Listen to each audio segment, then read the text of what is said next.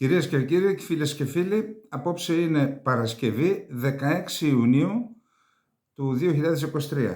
Ήδη περάσαμε το μισό μήνα. Βρίσκομαι στο χωριό, στη Βέργη Σερών. Αύριο θα συντονίσω την εκδήλωση που γίνεται στην Ιγρήτα με πρωτοβουλία του Δήμου Βυσσαλτίας και των εκκλησιαστικών αρχών.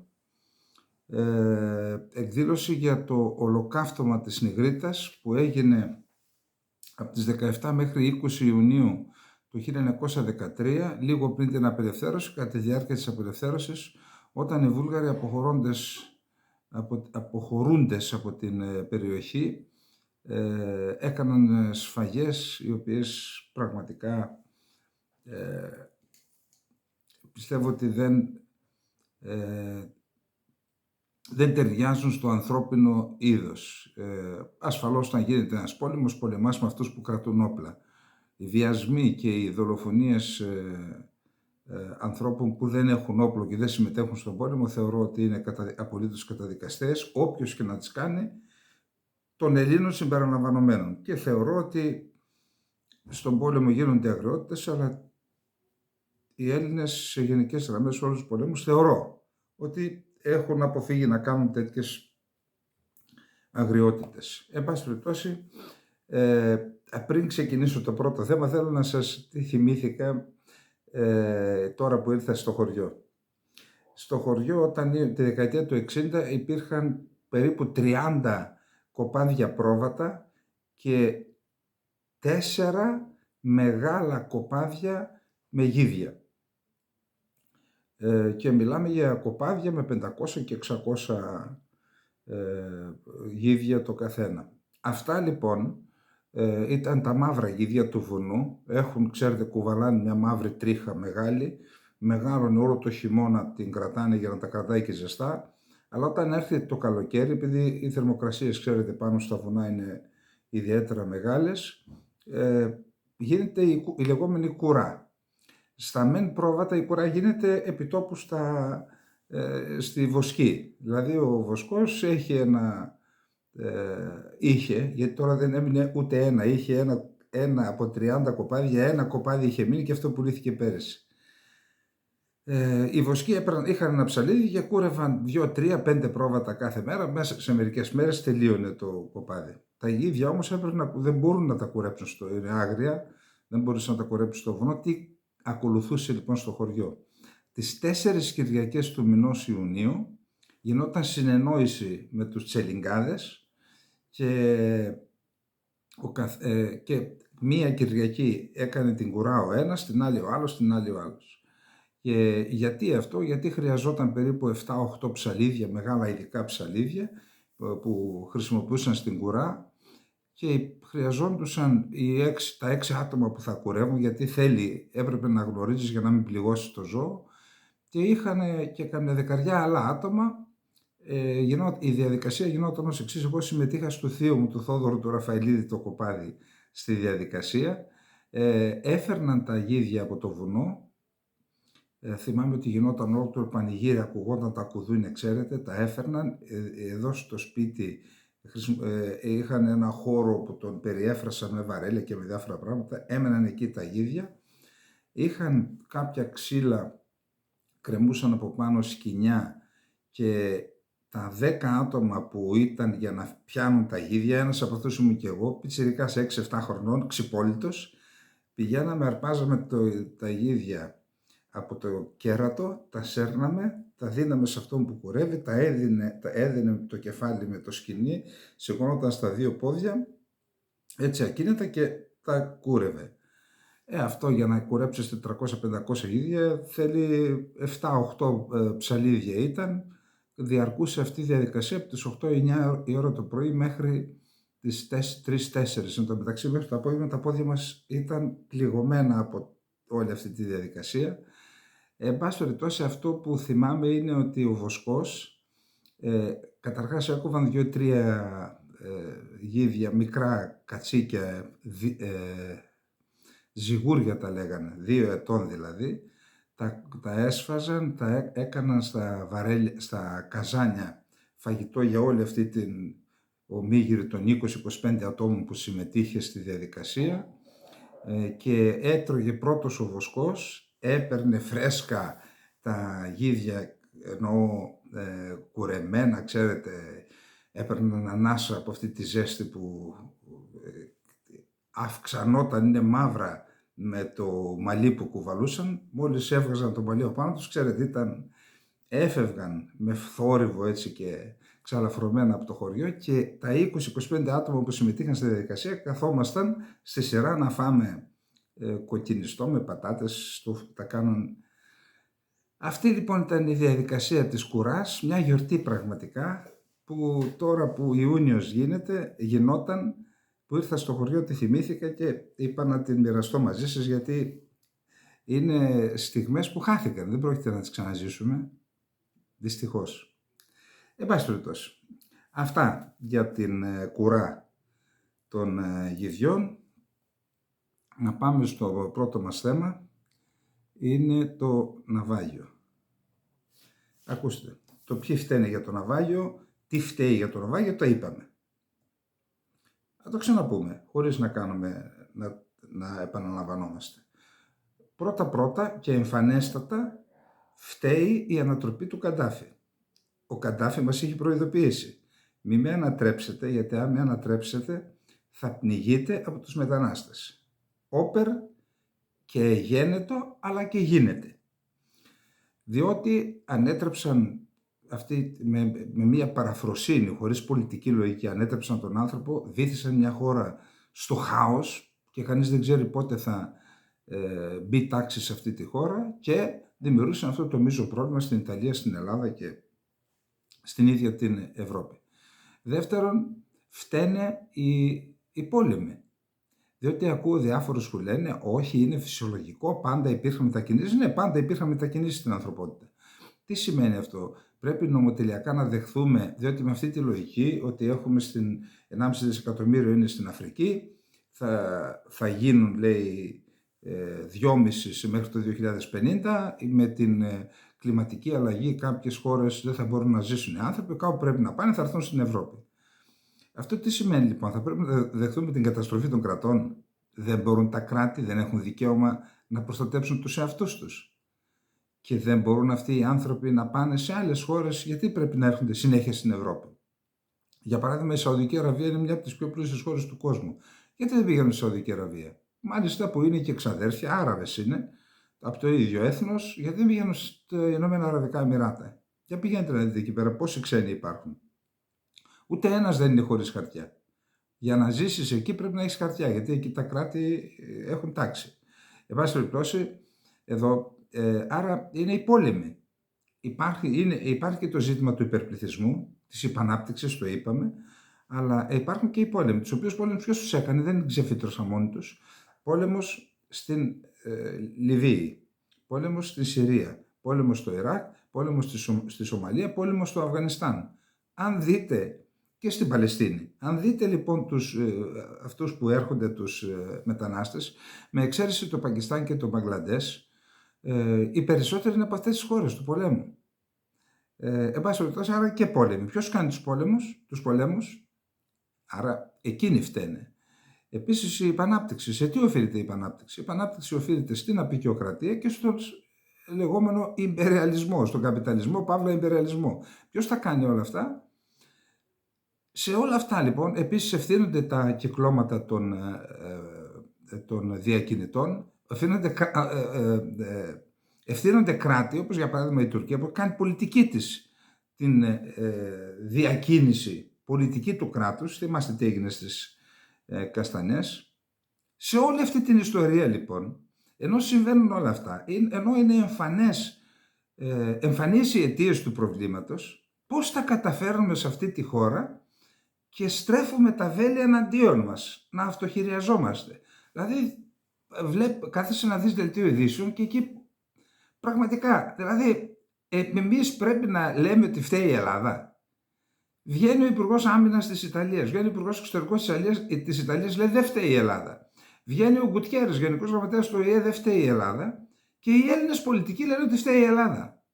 Καλά, αυτό το πράγμα δεν μπορούν να διανοηθούν ότι αυτό είναι καταστροφικό για τη χώρα. Εγώ δεν λέω. Όταν δεν λειτουργεί σωστά ο κρατικός μηχανισμός, σας έχω πει εγώ ότι η δικιά μου ιδεολογία είναι κράτος. Η Ελλάδα, ασχέτως με τα δεξιά και με τα αριστερά που δεν με αφορούν, η Ελλάδα πρέπει να αποκτήσει κράτος. Κράτος που να προστατεύει τους πολίτες, να προστατεύει φυσικά τα σύνορα, την ελληνική επικράτεια, να τηρεί τις διεθνείς υποχρεώσεις. Κράτος. Αν λοιπόν διαπιστώνεται όντως ότι το κράτος δεν κάνει κάπου καλά τη δουλειά του, υπάρχει τρόπος να εντοπίσουμε τα κακό κείμενα χωρίς να κατηγορείται η χώρα, χωρίς να αμαυρώνεται η εικόνα της χώρας. Άλλος ευρωβουλευτής τον στείλαμε εκεί, υποτίθεται να υπερασπίζεται τη χώρα και εκθέτει τη χώρα διεθνώς. Και μετά καταλαβαίνει την ανοησία που έκανε και το σβήνει και το αλλάζει. Και αν είσαι μάγκας, γιατί δεν τα αφήνεις, γιατί δεν υποστηρίζεις την άποψή σου που εκθέτεις τη χώρα σου με τα 50 διαμερίσματα.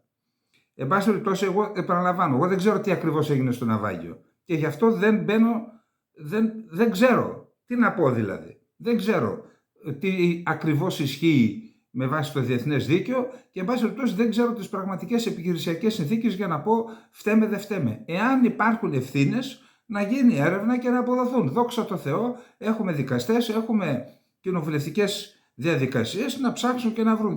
Και αν κάποιος δεν έκανε καλά τη δουλειά του, να τον βάλουμε στη θέση του, να τιμωρηθεί για να μην ξαναγίνει κάτι τέτοιο.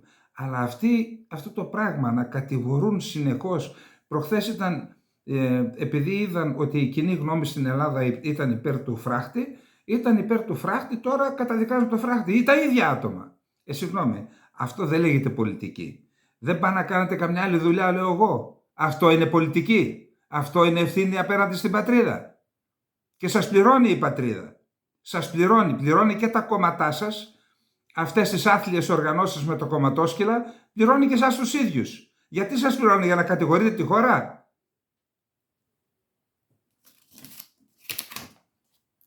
Λοιπόν, πάμε στο επόμενο θέμα.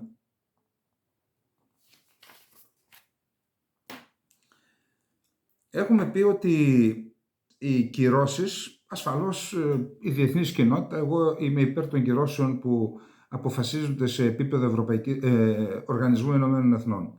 Από εκεί και μετά οι κυρώσεις που επιβάλλονται είτε από την Ευρωπαϊκή Ένωση είτε από κράτη και κυρίως από υπερδυνάμεις, αυτές οι κυρώσεις αντιλαμβάνεστε ότι δημιουργούν, ότι δεν μπορεί να χαρακτηριστούν δίκαιες. Γιατί? Διότι εφαρμόζονται με βάση τα συμφέροντα της χώρας που τις επιβάλλει.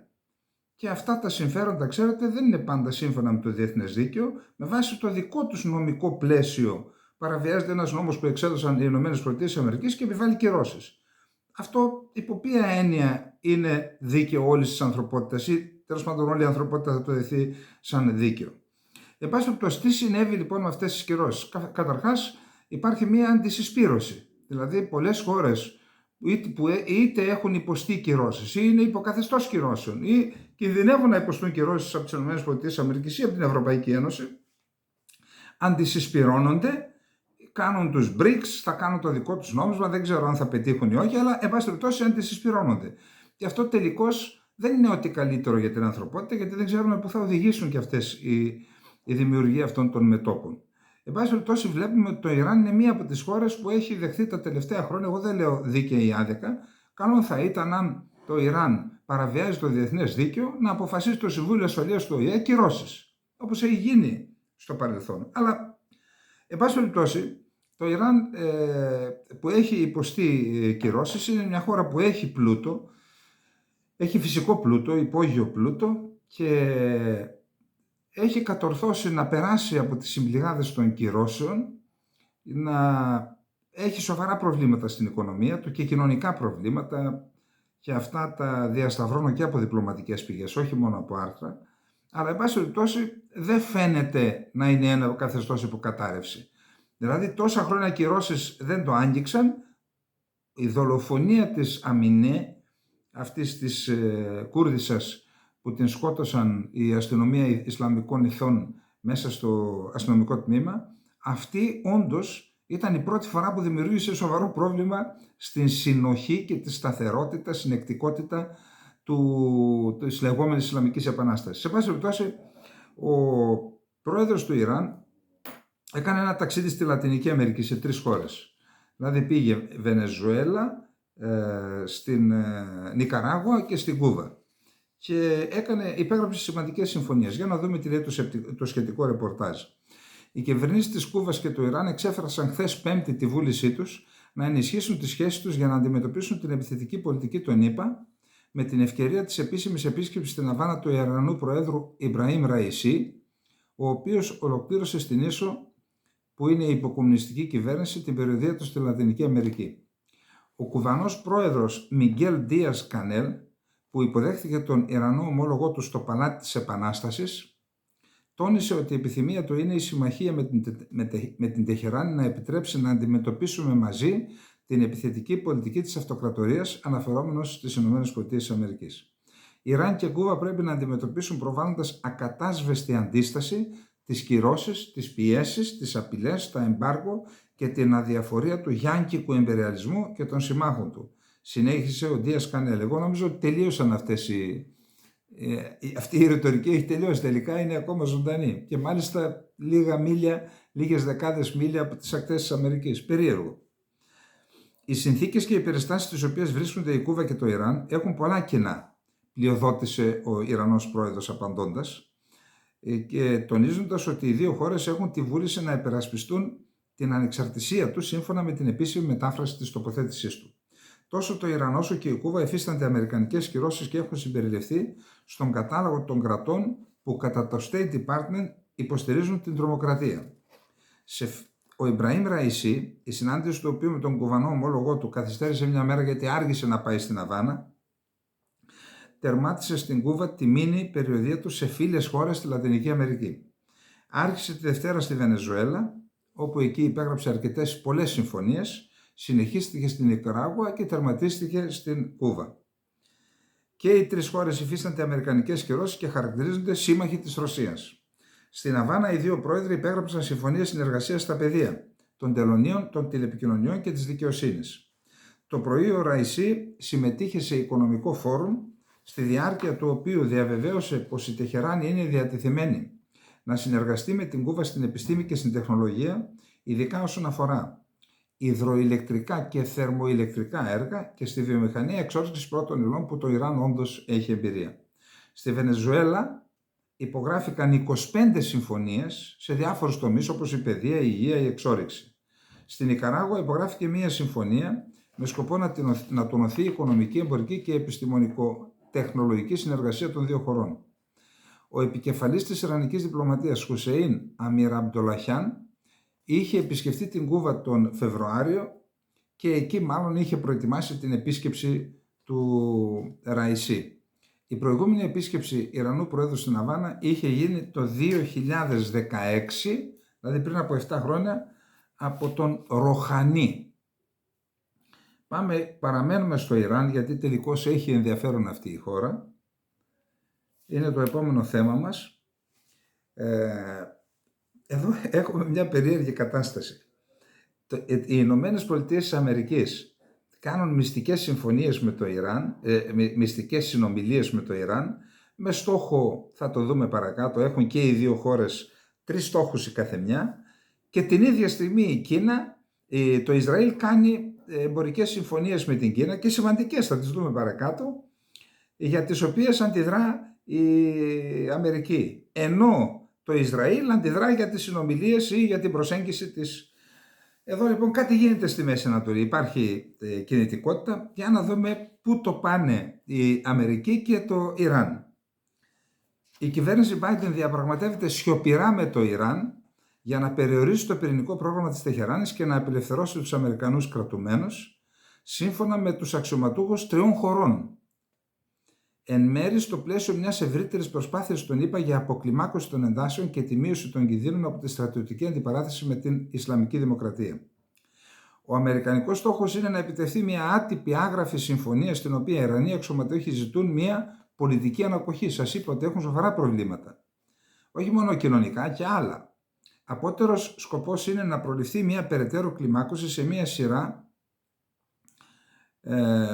προβλημάτων που αντιμετωπίζουν οι δύο χώρες, μια εχθρική σχέση που έχει οξυνθεί περαιτέρω, καθώς το Ιράν αφενός αναπτύσσει αποθέματα εμπλουτισμένου ουρανίου στα επίπεδα καθαρότητας μιας βόμβας, αφετέρου προμηθεύει με ντρόουν στην Ουκρανία και καταστέλει βία τις διαμαρτυρίες. Τρία πράγματα λοιπόν. Εμπλουτισμός, drones στην Ρωσία εναντίον της Ουκρανίας και βίαιη καταστολή των διαμαρτυριών και των διαδηλώσεων. Οι αδρές γραμμές των συνομιλιών επιβεβαιώθηκαν από 3 Ισραηλινούς αξιωματούχους, έναν Ιρανό και έναν Ιρακινό, άρα πατάνε καλά. Οι έμεσες συνομιλίες, κάποιες εκ των οποίων έλαβαν χώρα στο Ομάν, απηχούν την ανανέωση της διπλωματίας μεταξύ ΗΠΑ και Ιράν μετά την κατάρρευση των πολύμηνων διαπραγματεύσεων για την αποκατάσταση της πυρηνικής συμφωνίας του 2015. Η συμφωνία του 2015 περιόριζε τις δραστηριότητες και τις δυνατότητες που είχε το Ιράν για να εκτραπεί και να πάει σε παραγωγή, σε εμπλουτισμό μέχρι 90% που σημαίνει βόμβα. Από την συμφωνία αυτή αποσύρθηκε ο Τραμπ το 2018, επέβαλε πιο αυστηρές κυρώσεις, διότι θεωρούσε με αυτόν τον τρόπο ότι μπορεί να αντιμετωπίσει το Ιράν. Λοιπόν, το Ιράν θα μπορούσε στο πλαίσιο μιας νέας συμφωνίας να δεχθεί να μην εμπλουτίζει ουράνιον πέραν της σημερινής παραγωγής του 60%.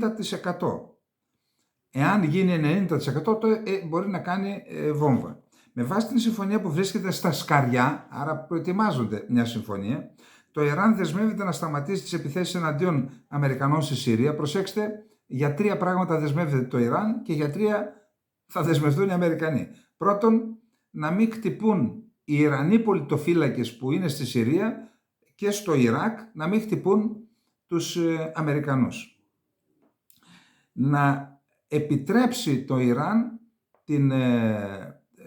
την παρουσία επιθεωρητών για τις πυρηνικές δραστηριότητες και τρίτον, να μην πουλάει βαλιστικούς πυράβλους στη Ρωσία και ντρόουν. Αυτά τα 3 επιδιώκουν οι Αμερικανοί. Να δούμε τι θέλουν ως αντάλλαγμα οι Ιρανοί. Πρώτον, να αποφύγουν την αυστηροποίηση των κυρώσεων που ήδη στραγγαλίζουν την οικονομία, να μην προχωρούν, να μην σε κατάσχεση ξένων τάνκερ. Ένα τάνκερ είχαμε την κατάσχεση και στην Ελλάδα, ξέρετε. Και να μην επιζητούν τιμωρητικά ψηφίσματα στον ΟΗΕ ή στη Διεθνή Υπηρεσία Ατομικής Ενέργειας. Κανένα από αυτά δεν έχει στόχο κάποια επαναστατική συμφωνία, είπε ο Αλί Βαέζ, Ιρανός διευθυντής της Διεθνούς Ομάδας Κρίσης. Δηλαδή λένε οι Ιρανοί ότι εμείς κάνουμε κάποιες υποχωρήσεις, αλλά δεν κάνουμε υποχώρηση από την Ισλαμική Επανάσταση. Αυτό λέει. Ανταυτού σκοπός είναι να παγώσει οποιαδήποτε δραστηριότητα παραβιάζει κάποια κόκκινη γραμμή ή βάζει μία από τις 2 πλευρές σε θέση αντιπίνων που θα μπορούσε να αποσταθεροποιήσει το status quo. Η στρατηγική, λέει ο Ιρανός διευθυντής της Διεθνούς Ομάδας Κρίσης, είναι πρώτον να αμβληνθούν οι εντάσεις και δεύτερον να δημιουργηθεί χρόνος και χώρος για μια συζήτηση περί μελλοντικής διπλωματίας και πυρηνικής συμφωνίας. 2 πράγματα λοιπόν. Να πέσει ο τόνος των εντάσεων και να δημιουργηθεί ένα κατάλληλο περιβάλλον για να πάμε σε συμφωνία. Λοιπόν, σε μια πρώτη ένδειξη ότι επίκειται κάποια μορφή συμφωνία, οι ΗΠΑ εξέδωσαν την περασμένη εβδομάδα άδεια που επιτρέπει την αποπληρωμή 2,76 δισεκατομμυρίων δολαρίων σε ενεργειακά δάνεια προς το Ιράν. Τα χρήματα αυτά θα δοθούν για τρόφιμα και για ανθρωπιστικούς σκοπούς, δηλαδή θα πληρωθούν συμβόλαια κατά πάση πιθανόν, δεν θα δοθούν λεφτά στα χέρια του Ιράν. Ναι. Να πάμε λοιπόν στο ίδιο θέμα είμαστε. Ο Υπουργός Εξωτερικών της Σαουδικής Αραβίας αναμένεται το Σάββατο στο Ιράν για την ενίσχυση της συμφιλίωσης που άρχισε τους τελευταίους μήνες μεταξύ Τεχεράνης και του Ριάντ, έπειτα από 7 χρόνια διακοπής των σχέσεών τους. Μετέδωσαν σήμερα τα ιρανικά μέσα ενημέρωσης. Ο πρίγκιπας Φαϊσάλ Μπιν Φαρχάν θα συναντηθεί και θα έχει συνομιλίες με υψηλόβαθμους Ιρανούς αξιωματούχους στην Τεχεράνη, μετέδωσε το ημιεπίσημο πρακτορείο ειδήσεων Τασμίν.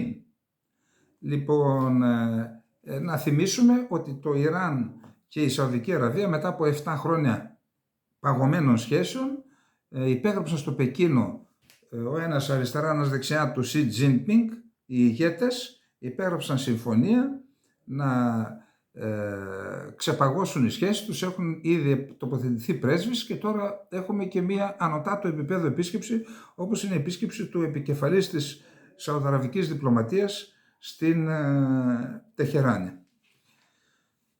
Λοιπόν, αυτά, πάμε στο επόμενο θέμα μας, πάλι εκεί κοντά είμαστε.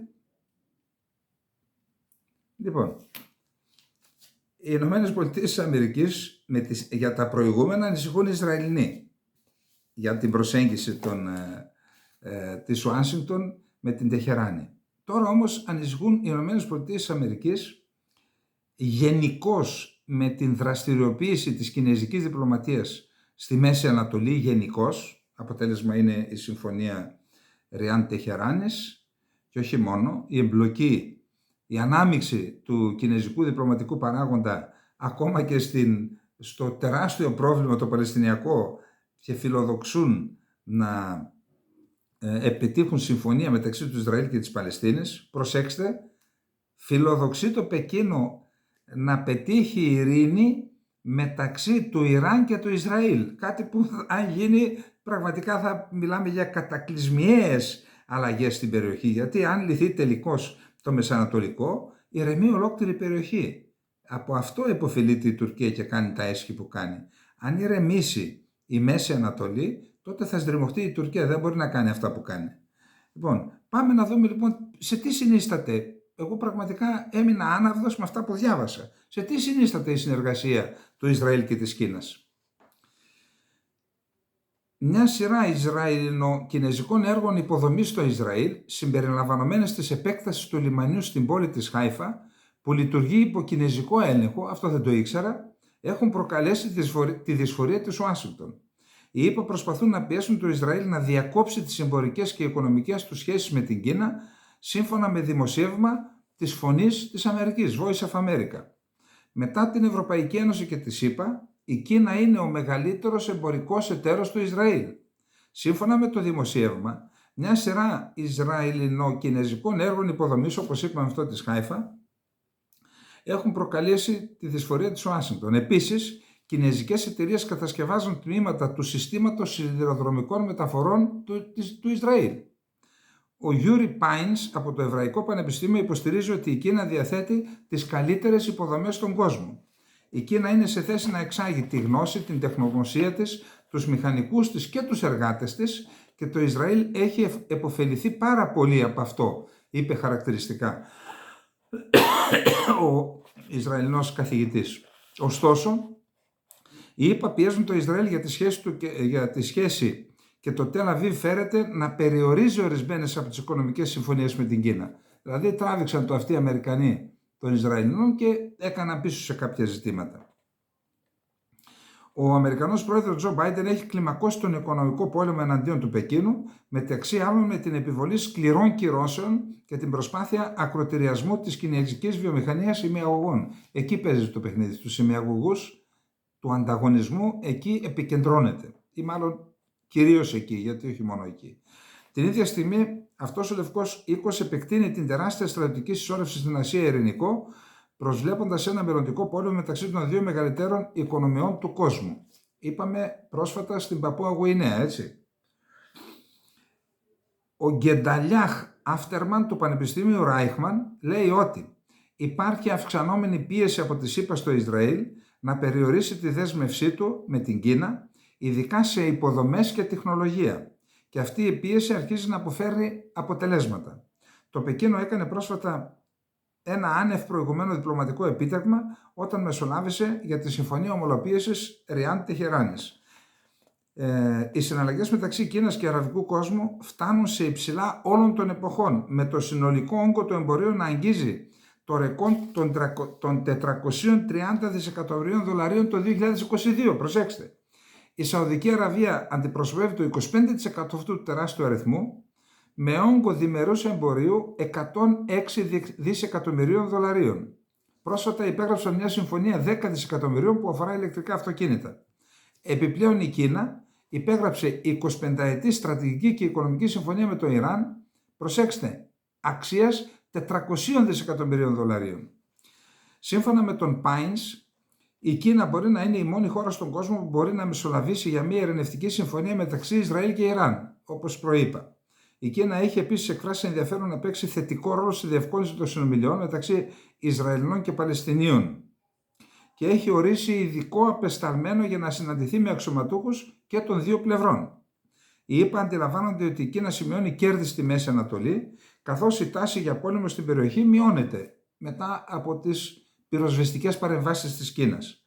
Την περασμένη εβδομάδα το Middle East Eye ανέφερε ότι ο Λευκός Οίκος διεξάγει μυστικές απευθείας συνομιλίες με το Ιράν. Το είπαμε πριν λίγο.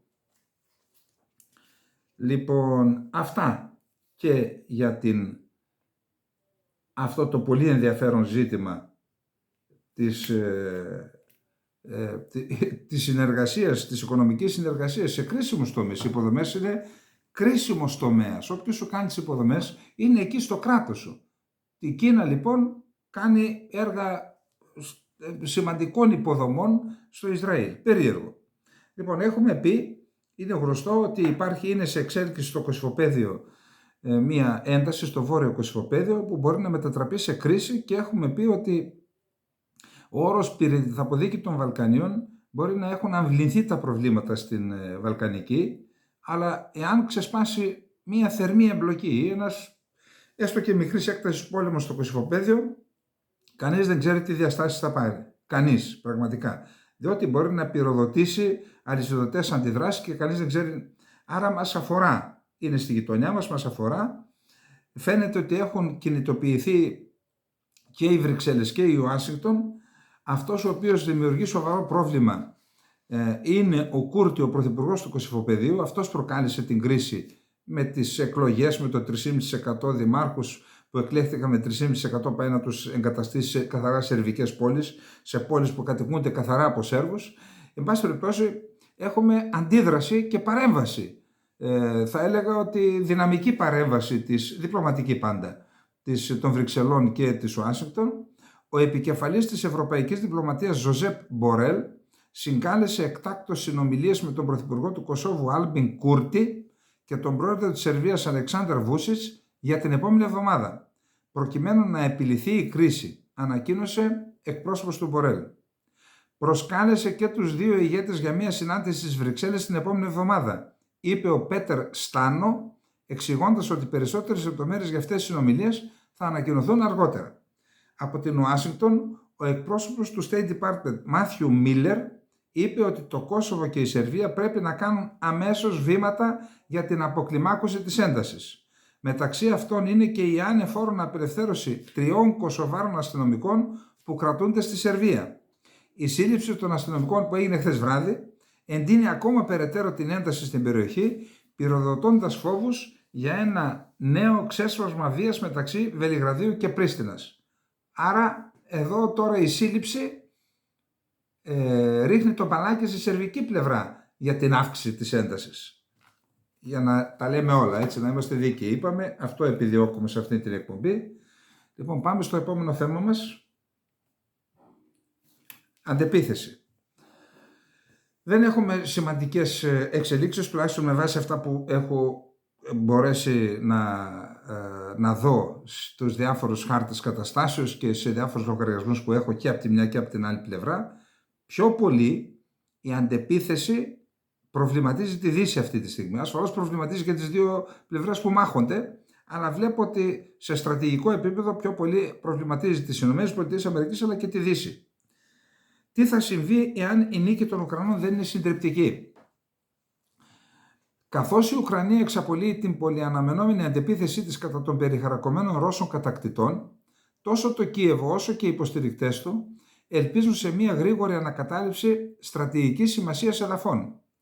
Οτιδήποτε λιγότερο, προσέξτε λέξεις γιατί θα δείτε από πού προέρχονται, οτιδήποτε λιγότερο θα θέσει τις ΗΠΑ και τους συμμάχους τους ενώπιον δυσάρεστων ερωτημάτων που δεν είναι ακόμη έτοιμα να απαντήσουν, τονίζει η Washington Post. Με την παροχή στην Ουκρανία προηγμένου δυτικού οπλισμού αξίας πολλών δισεκατομμυρίων δολαρίων, φέτος όλοι ελπίζουν ότι, ξέρετε, θα έχουμε συντριπτική νίκη, δήλωσε ο Αμερικανός Υπουργός Άμυνας Lloyd Austin στους δημοσιογράφους την περασμένη εβδομάδα. Ωστόσο, με μία δόση επιφυλακτικότητας προσέθεσε: Θέλω να πιστεύω ότι οι περισσότεροι από εμάς έχουμε μια αισιόδοξη οπτική σε αυτό το θέμα. Δυτικοί αξιωματούχοι ισχυρίζονται ότι δεν γνωρίζουν τα ακριβή σχέδια της Ουκρανίας.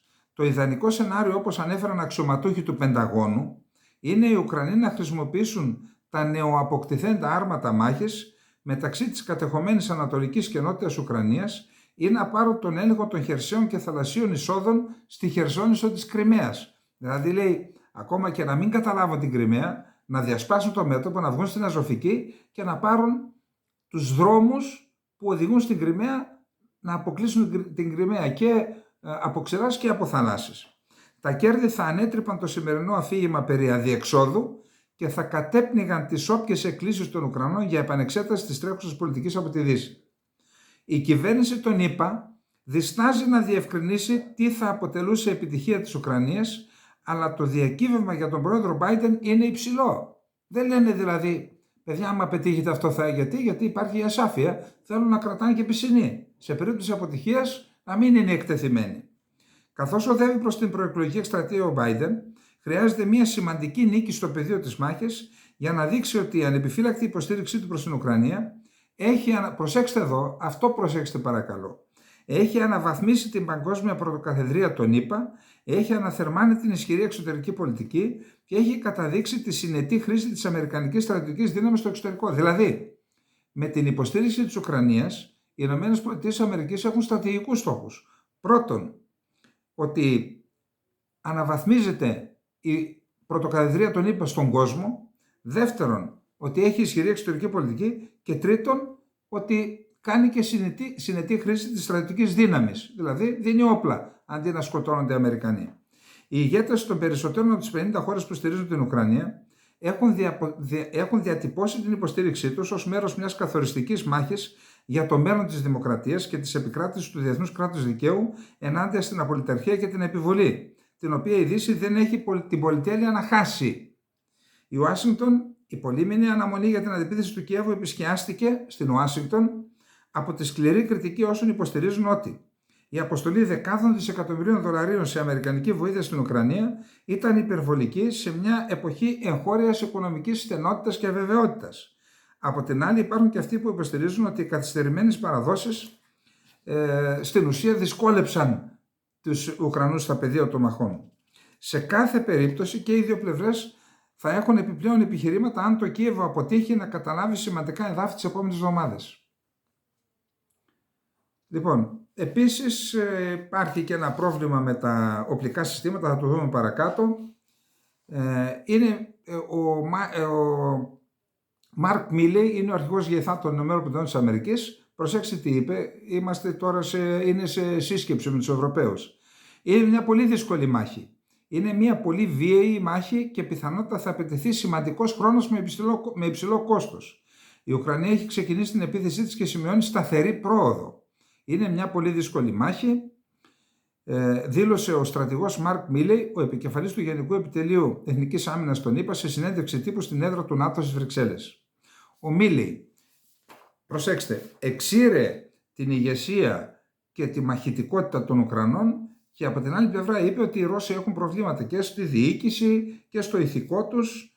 Δηλαδή, τώρα για τα F-16 υπάρχει σοβαρό πρόβλημα, διότι μιλούν διάφοροι τώρα άνθρωποι οι οποίοι και πιλότοι, ένας Βέλγος πιλότος, ένας Αμερικανός, και λένε ότι εγώ για να μπορέσω να χειριστώ το F-16 χρειάστηκε 3 χρόνια εκπαίδευση. Ένας πιλότος μιλάει με ψευδόνυμο. Και μάλιστα δεν είναι μόνο να πετάς, είναι να το χρησιμοποιήσεις και σε συνθήκες μάχης. Μεγάλο πρόβλημα.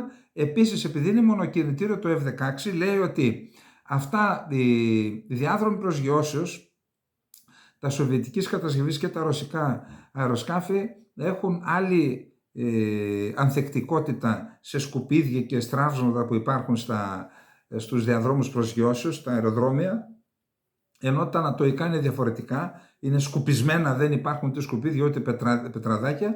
Φοβούνται λοιπόν ότι θα έχουν πολλά προβλήματα αν πάνε τα F-16 εκεί.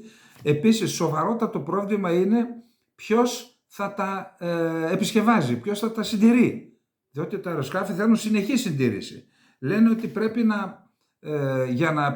για να λειτουργήσει αυτό, έστω ότι σε μερικούς μήνες στέλνουν F-16, έστω ότι μαθαίνουν να τα πετάνε οι Ουκρανοί πιλότοι, ποιος θα τα συντηρεί? Πρέπει να στείλουμε, λέει, τεχνικό προσωπικό. Θεωρούν όμως βέβαιο ότι θα κτυπήσουν τις αεροπορικές βάσεις που θα φιλοξενούν τα F-16 οι Ρώσοι. Και σου λέει άλλος, θα στείλω εγώ τεχνικό προσωπικό ξένους, το Βέλγιο, η Ολλανδία ή ποιος άλλος, και αν τους σκοτώσει εκεί θα εμπλακώ στον πόλεμο. Άρα μεγάλο πρόβλημα με τα F-16 και νομίζω ότι θα είναι πρόωρο να δοθεί μια συγκεκριμένη ημερομηνία για οποιαδήποτε στιγμή το F-16 ή οποιοδήποτε άλλο είδος προηγμένου αεροσκάφους θα χρησιμοποιηθεί σε μάχες στην Ουκρανία.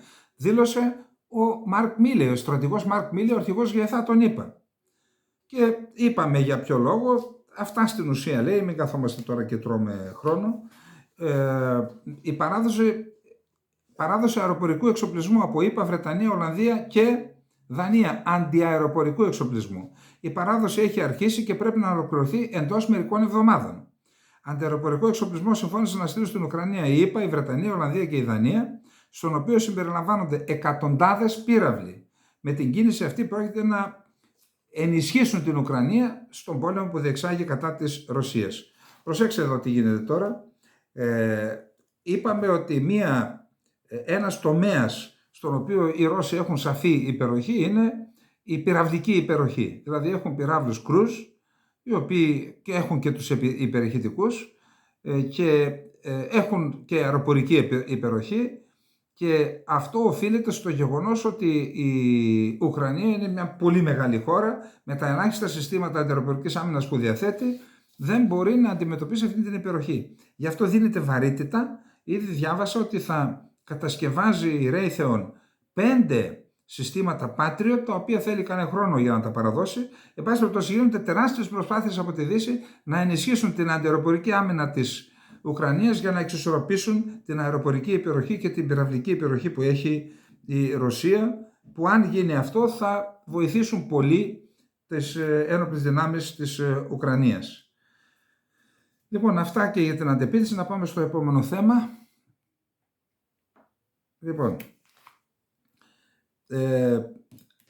με επιφύλαξη βλέπουμε τα βίντεο, πάντως αυτή τη στιγμή τα πιο πολλά βίντεο που κυκλοφορούν στο διαδίκτυο είναι βίντεο ρωσικής προέλευσης που δείχνουν καταστροφές αρμάτων μάχης και τεθωρακισμένων οχημάτων μάχης, αλλά και πυροβόλων, είτε από Lancet, από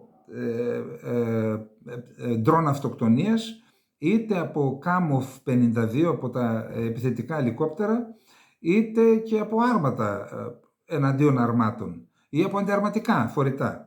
Βλέπουμε λοιπόν ότι υπάρχουν πολλά τέτοια, γράφονται διάφορα νούμερα, τα αφήνω στην άκρη, απλά να δούμε ένα δημοσίευμα που σχετίζεται με επιβράβευση, χρηματική επιβράβευση αξιωματικών και στρατιωτών που καταστρέφουν άρματα. Πριν θα παίρνουν Ρώσοι στρατιώτες που καταστρέφουν γερμανικής κατασκευής άρματα μάχης Leopard και τεθωρακισμένα οχήματα Bradley που προμηθεύουν οι ΗΠΑ και χρησιμοποιούνται από την Ουκρανία. Ανακοίνωσε σήμερα επίσημα το Ρωσικό Υπουργείο Άμυνας. Το Υπουργείο πρόσθεσε ότι αυτό εντάσσεται σε ένα ευρύτερο πρόγραμμα επιβραβεύσεων, στο πλαίσιο του οποίου περισσότεροι από 10.000 Ρώσοι στρατιώτες μέχρι τώρα έχουν πάρει ατομικά πριμ από τότε που ξεκίνησε ο πόλεμος πριν από 16 μήνες. Με βάση πληροφορίες που δίνουν Ρώσοι διοικητές στο πεδίο της μάχης, γίνονται αυτή τη στιγμή πληρωμές σε στρατιώτες των ενόπλων δυνάμεων της Ρωσικής Ομοσπονδίας, οι οποίοι στην πορεία των στρατιωτικών επιχειρήσεων κατέστρεψαν άρματα μάχης Leopard, καθώς και τεθωρακισμένα οχήματα μάχης Bradley ή άλλων χωρών της Δύσης. Την Κυριακή, ο Υπουργός Άμυνας Σεργέη Σοϊγκού απένιμε το παράσημο χρυσό αστέρι του ήρωα της Ρωσίας σε στρατιώτες για τους οποίους η Μόσχα λέει πως κατέστρεψαν άρματα μάχης Leopard και αμερικανικής κατασκευής τεθωρακισμένα οχήματα μάχης Bradley που χρησιμοποιούνται στην Ουκρανία. Το Υπουργείο ανακοίνωσε ότι μέχρι την 31 Μαΐου είχαν ανταμυφθεί συνολικά 10.257 στρατιώτες, οι οποίοι κατέστρεψαν 16.000 μονάδες ουκρανικού και δυτικού στρατιωτικού εξοπλισμού. Σύμφωνα με την ίδια πηγή, η αμοιβή για ένα εχθρικό τεθωρακισμένο όχημα είναι 547 ευρώ και για ένα άρμα μάχης 1.095 ευρώ. Όσον αφορά τους χειριστές της πολεμικής αεροπορίας και τους χειριστές αντιαεροπορικών συστημάτων, παίρνουν 3.248 ευρώ για κάθε ουκρανικό αεροπλάνο ή ελικόπτερο που καταστρέφουν. Το ίδιο ποσό παίρνουν για κάθε πλήγμα σε συστήματα εκτόξευσης ροκετών Τότσικα U και αμερικανικής κατασκευής HIMARS. Επίσης, στο Μπελγκορόντ το Μπελγκορόντ είναι μια περιφέρεια της Ρωσίας η οποία έχει δεχθεί αρκετές επιθέσεις, είτε με εισβολή, είτε με μη επανδρομένα αεροσκάφη, είτε με πυρά πυροβολικού και όλμων, αρκετές επιθέσεις. Ανακοινώνεται ότι οι ειδικές δυνάμεις Τσετσένων από το τάγμα Άχματ έχουν αναλάβει την προστασία των παραμεθορίων περιοχών και έχουμε κάποιες δηλώσεις εκεί πέρα, δεν χρειάζεται να τις αναφέρουμε. Έχει τεράστιο ενδιαφέρον η συνέντευξη που έδωσε ο Κίσινγκερ στο Bloomberg. Και δεν θέλω να τη διαβάσω τώρα γιατί χάνομαι και χρόνο πολύ. Πάντως λέει ότι εάν αναγκαστεί ο Πούτιν να υπογράψει μια συμφωνία που δεν θα είναι νίκη για αυτόν, δεν θα θεωρείται νίκη για αυτόν, ότι είναι αδύνατο να καθίσει στη θέση του. Εν πάση περιπτώσει, αυτό που λέει είναι ότι η Ευρώπη πρέπει να κάνει μια συμφωνία με τη Ρωσία, να καθορίσει τη σχέση της με την Ρωσία, ούτως ώστε η Ρωσία να αποτελεί μέρος της Ευρώπης, αλλά να υπάρχουν και ασφαλιστικές δικλείδες. Είναι αμφίσιμη η δήλωση του Κίσινγκερ. Εντύπωση προκαλεί πάντως ότι παρότι έχει συμπληρώσει έναν αιώνα ζωής, είναι ενεργός και πολύ καλά ενημερωμένος για τα τεκτενόμενα. Πάμε στο επόμενο θέμα. Λοιπόν, το επόμενο θέμα είναι οι σχέσεις της... μένουμε στο ίδιο ακόμα. Υπάρχει μία αναφορά για τις σχέσεις του Ρωσικού Υπουργείου Άμυνας και του αρχηγού ΓΕΘΑ, του Γερασίμοφ, Σοϊγκού και Γερασίμοφ, του ΙΠΑΜ και του ΓΕΘΑ, με τον Πριγκόζιν. Υπάρχουν δημοσιεύματα και δυτικά που προσπαθούν να καταλάβουν τι ακριβώς συμβαίνει και πού το πάει με Πριγκόζιν. Πάντως ο Πούτιν έχει δηλώσει ότι θα πρέπει όλοι να υπογράψουν συμβόλαια, όλοι οι εθελοντές, έτσι ονομάζονται οι ιδιωτικοί στρατοί, να υπογράψουν συμβόλαια με το Υπουργείο Άμυνας. Ο Πριγκόζιν είπε ότι δεν υπογράφω. Αυτό θεωρήθηκε ότι ήταν ένα μήνυμα του Πούτιν προς τον Πριγκόζιν. Ο Πριγκόζιν είπε δεν υπογράφω. Αφού ο Πριγκόζιν αρνήθηκε να υπογράψει συμφωνία με το Ρωσικό Υπουργείο, ο Πούτιν κατά τη διάρκεια συνάντησης με στρατιωτικούς blogger ανέφερε ότι η πρωτοβουλία του Υπουργού Άμυνας του πρέπει να γίνει και πρέπει να γίνει πράξη αποδεκτή όσο το δυνατόν γρηγορότερα. Η κίνηση είναι σύμφωνη με την κοινή λογική, με την καθιερωμένη πρακτική και τον νόμο, είπε ο Πούτιν. Αλλά πιστεύει ο Πριγκόζιν ότι τελικά ο Πούτιν θα βρει ένα συμβιβασμό για τη Βάγνερ. Είχαμε ένα σχολιασμό του Βρετανικού Υπουργείου Άμυνας. Όπως είπαμε, πολλοί κόσμος παρακολουθεί αυτή την δυσαρμονία, για να μην πω αυτή την προβληματική σχέση Πριγκόζιν με το στρατιωτικό κατεστημένο της Ρωσίας.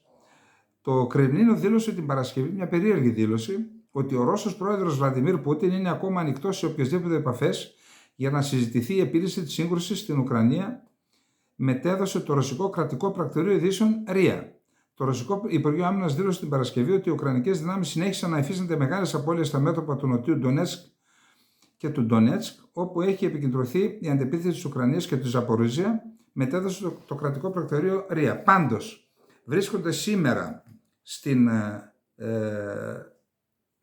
σήμερα βρίσκονται στο Κίεβο οι ηγέτες 7 αφρικανικών χωρών για συνάντηση με τον Ζελένσκι και μόλις έφτασαν, λέει, εκεί χθες, νομίζω αφήχθηκαν, έπεσαν και 2 πύραυλοι μέσα στο Κίεβο.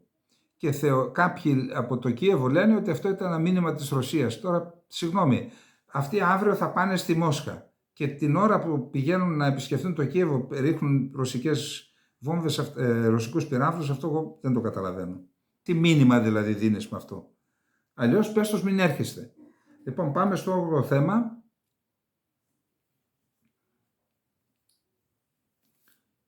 Εδώ, ναι. Λοιπόν, υπάρχει ζήτημα με την ένταξη της Ουκρανίας στο ΝΑΤΟ. Ο Αμερικανός πρόεδρος βρίσκεται κάπως απομονωμένος εντός της συμμαχίας λόγω του ζητήματος αυτού.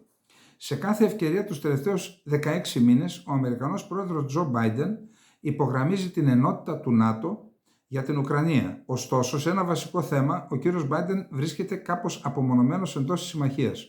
Το πότε και πώς θα ενταχθεί η Ουκρανία στο ΝΑΤΟ. Ο Μπάιντεν, ο οποίος ήταν επιφυλακτικός σχετικά με το να θέσει το ΝΑΤΟ σε άμεση αντιπαράθεση με τη Ρωσία, επιδίωξε να διατηρήσει το status quo για περισσότερο από μία δεκαετία. Μία αόριστη υπόσχεση ότι η πανίσχυρη πια στρατιωτικά Ουκρανία θα ενταχθεί τελικά στη συμμαχία, αλλά χωρίς καθορισμένο χρονοδιάγραμμα.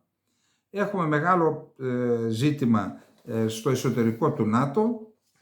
Δεν χρειάζεται τώρα να πούμε πολλά, πάντως να αναφέρομαι ότι οι χώρες της Ανατολικής Ευρώπης, αυτές δηλαδή που ήταν μέλη του Συμφώνου της Βαρσοβίας, αυτές οι χώρες, επειδή ανησυχούν για τον εαυτό τους, είπαμε ότι οι τρεις βαλτικές χώρες, ιδίως Λεττονία και Οστανία, έχουν 25 με 30% ρωσική μειονότητα στο έδαφος τους και φοβούνται ότι αυτή η μειονότητα από μόνη της είναι ένας αποσταθεροποιητικός παράγοντας για τις ίδιες.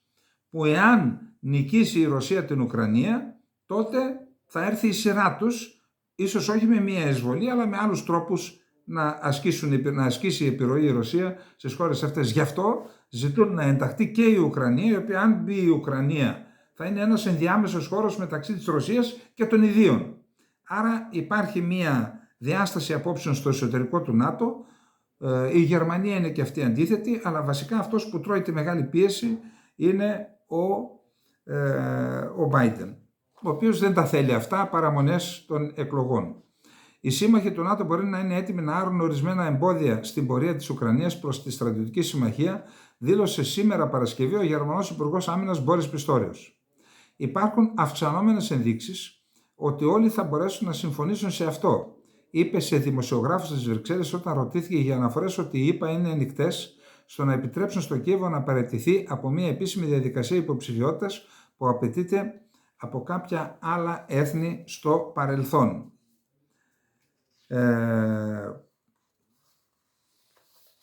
Λοιπόν,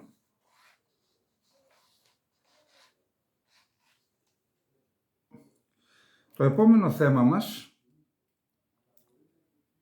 είναι ένα πολύ σημαντικό ζήτημα και αφορά, είναι γνωστό ότι το έχουμε ξαναπεί εδώ, ότι πλέον το ΝΑΤΟ απαιτεί από τις χώρες μέλη της συμμαχίας να ανεβάσουν το ποσοστό επί το ΑΕΠ στις αμυντικές δαπάνες στο 2%. Οι περισσότερες χώρες είναι πολύ κάτω από το 2% και κάτω και από το 1%. Η Ελλάδα είναι πάνω από το 2%, δεν ξέρω, νομίζω ότι είναι 2,5%. Και το θέμα όμως ποιο είναι και πού υπάρχουν σοβαρά προβλήματα μεταξύ της Ευρωπαϊκής Ένωσης και των ΗΠΑ. Ότι η Ευρωπαϊκή Ένωση δεν διαθέτει αμυντική βιομηχανία για να μπορέσει, έστω και αν αποφασίσουν οι χώρες του ΝΑΤΟ, οι ευρωπαϊκές, να ανεβάσουν το ποσοστό επί το ΑΕΠ στις αμυντικές δαπάνες στο 2%, δεν υπάρχουν αμυντικές βιομηχανίες για να καλύψουν τις απαιτήσεις. Άρα πρέπει να απευθυνθούν στην αμερικανική αμυντική βιομηχανία. Αυτό θέλουν να το αποφύγουν οι Ευρωπαίοι, θέλουν να ενισχύσουν τη δική τους βιομηχανία και εκεί υπάρχει ένα πρόβλημα μεταξύ της Ευρώπης και της Αμερικής. Σε κάθε σύνοδο του ΝΑΤΟ, οι Ευρωπαίοι ηγέτες δέχονται ένα ανοιχτό και ξεκάθαρο μήνυμα από την Ουάσιγκτον. Αυξήστε τις δαπάνες για την άμυνα. Σε παρασκηνιακό επίπεδο δίνεται ένα ακόμα μήνυμα που είναι το ίδιο σαφές. Φροντίστε ώστε μεγάλο μέρος αυτών των επιπλέον δαπανών να πάει σε όπλα που παράγονται στις ΗΠΑ.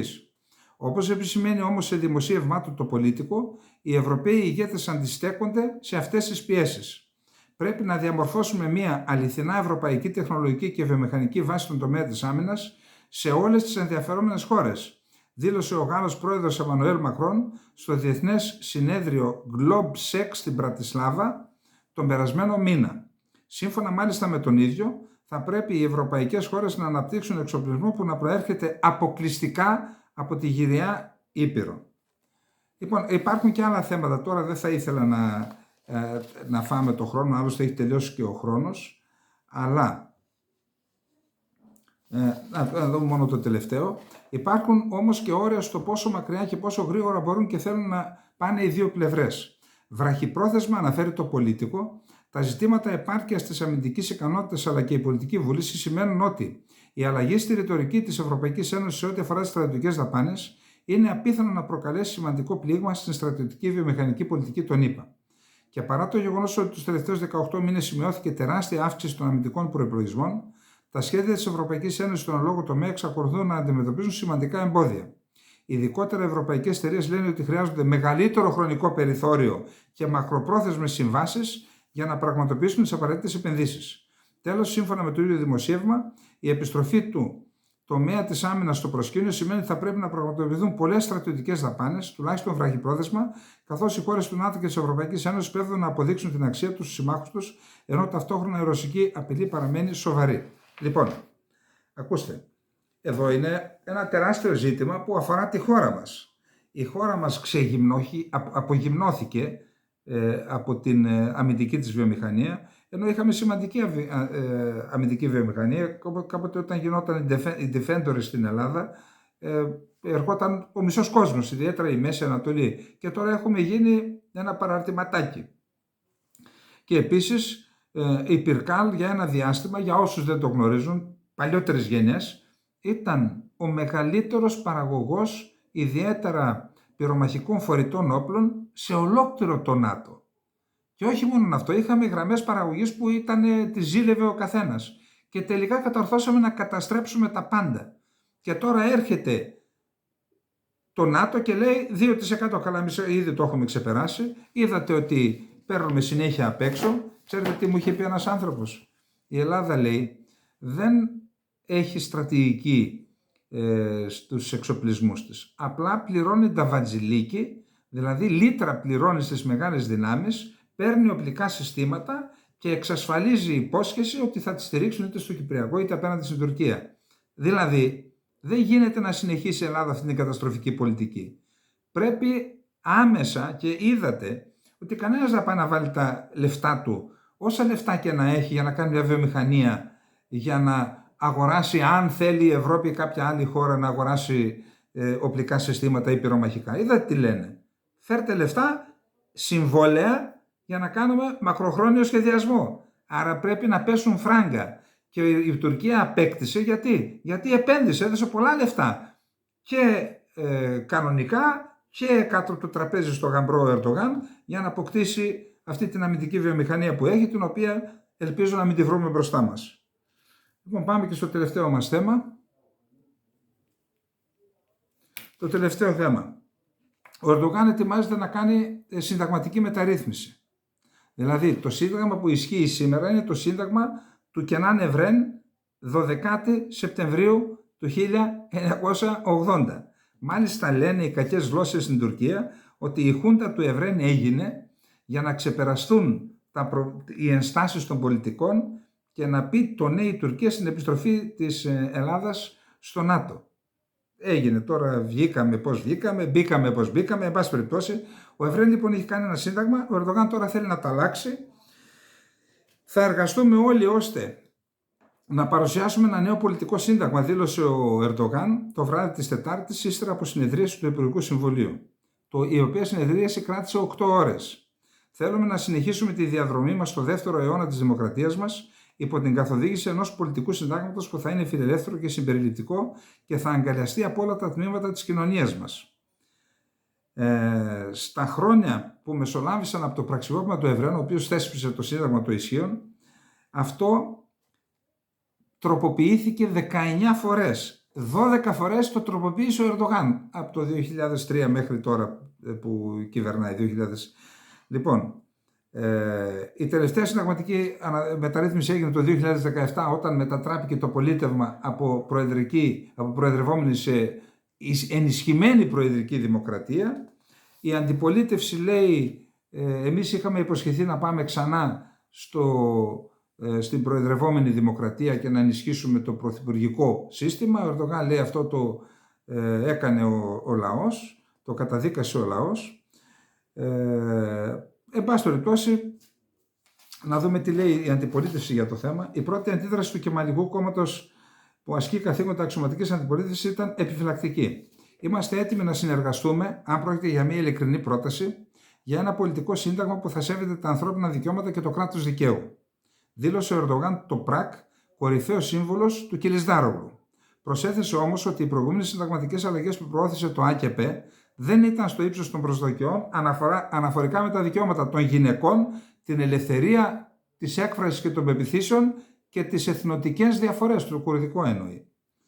Πολιτικοί αναλυτές στην Τουρκία εκτιμούν ότι με το νέο σύνταγμα ο Ερντογάν θα προσπαθήσει να βελτιώσει τη σχέση με τη Δύση, αν και ορισμένοι δεν αποκλείουν να προσπαθήσει να εξασφαλίσει για τον εαυτό του τη δυνατότητα μιας τέταρτης εκλογής. Είχε μία φορά εκλεγεί με το προηγούμενο σύστημα. Δεύτερη, τρίτη τώρα, θα πάει για τέταρτη μάλλον. Αυτό πιστεύουν. Εν πάση περιπτώσει, είχαμε και ένα διάβημα της τουρκικής κυβέρνησης. Κάλεσαν στο Υπουργείο Εξωτερικών τον πρέσβη της Ελβετίας, γιατί οι Κούρδοι και κάποιοι αντικαθεστωτικοί έκαναν στη Ζηρίχη, αν δεν κάνω λάθος, μια διαδήλωση, έκαψαν το ομοίωμα του Ερντογάν, γιατί τον γέτερε, παιδιά, τι σας έκανε ο άνθρωπος. Καίγοντας ένα ομοίωμα, δηλαδή, δεν καταλαβαίνετε. Και σημαίες της Τουρκίας και όλα αυτά, και τα θεώρησαν απαράδεκτα και όλα τέτοια. Λοιπόν, αυτά είχαμε να πούμε και για σήμερα.